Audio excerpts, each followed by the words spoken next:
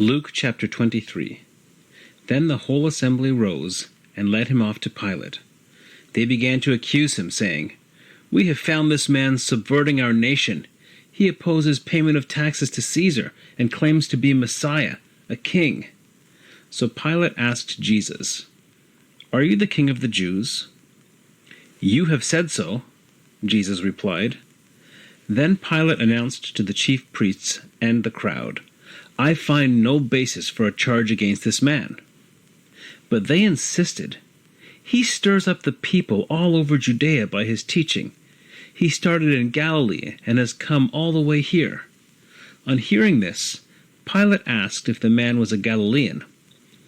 When he learned that Jesus was under Herod's jurisdiction, he sent him to Herod, who was also in Jerusalem at the time. When Herod saw Jesus, he was greatly pleased, because for a long time he had been wanting to see him. From what he had heard about him, he hoped to see him perform a sign of some sort. He plied him with many questions, but Jesus gave him no answer. The chief priests and the teachers of the law were standing there, vehemently accusing him. Then Herod and his soldiers ridiculed and mocked him. Dressing him in an elegant robe, they sent him back to Pilate. That day, Herod and Pilate became friends. Before this, they had been enemies.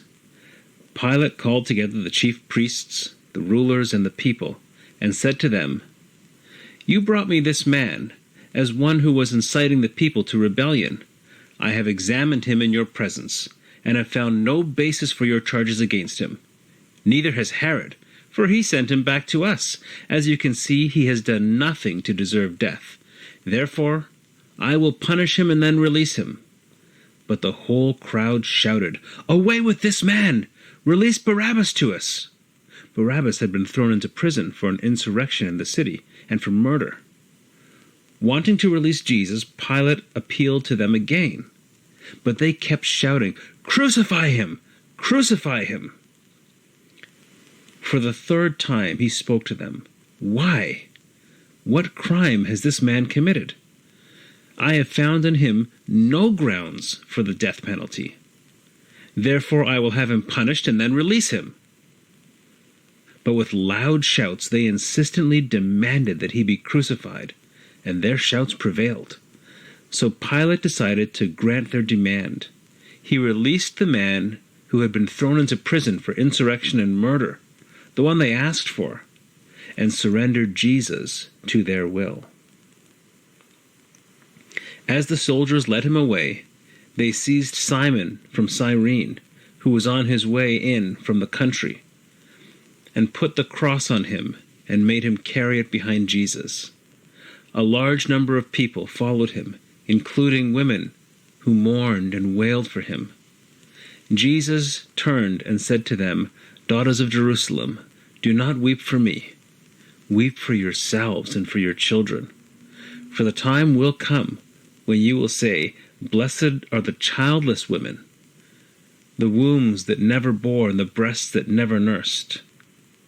Then they will say to the mountains, 'Fall on us,' and to the hills, 'Cover us.' For if people do these things when the tree is green, what will happen when it is dry?"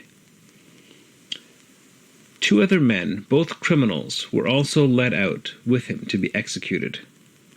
When they came to the place called the Skull, they crucified him there, along with the criminals, one on his right, the other on his left.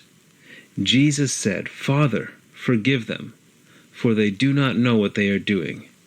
And they divided up his clothes by casting lots. The people stood watching, and the rulers even sneered at him. They said, "He saved others. Let him save himself, if he is God's Messiah, the chosen one."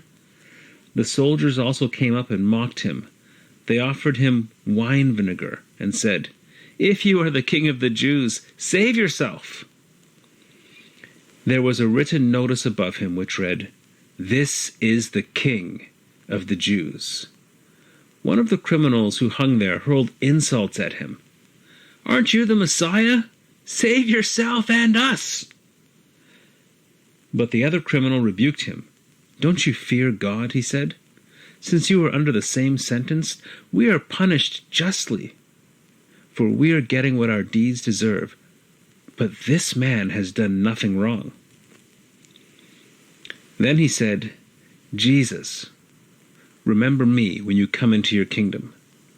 Jesus answered him, "Truly I tell you, today you will be with me in paradise." It was about noon, and darkness came over the whole land until 3 p.m, for the sun stopped shining. And the curtain of the temple was torn in two.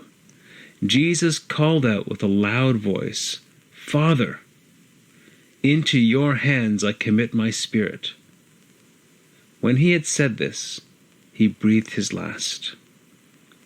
The centurion, seeing what had happened, praised God and said, "Surely this was a righteous man." When all the people who had gathered to witness the sight saw what took place, they beat their breasts and went away. But all those who knew him, including the women who had followed him from Galilee, stood at a distance, watching these things. Now there was a man named Joseph, a member of the council, a good and upright man, who had not consented to their decision and action. He came from the Judean town of Arimathea, and he himself was waiting for the kingdom of God. Going to Pilate, he asked for Jesus' body. Then he took it down, wrapped it in linen cloth, and placed it in a tomb cut in the rock, one in which no one had yet been laid.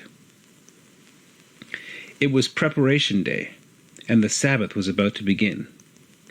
The women who had come with Jesus from Galilee followed Joseph and saw the tomb and how his body was laid in it. They went home and prepared spices and perfumes, but they rested on the Sabbath in obedience to the commandment.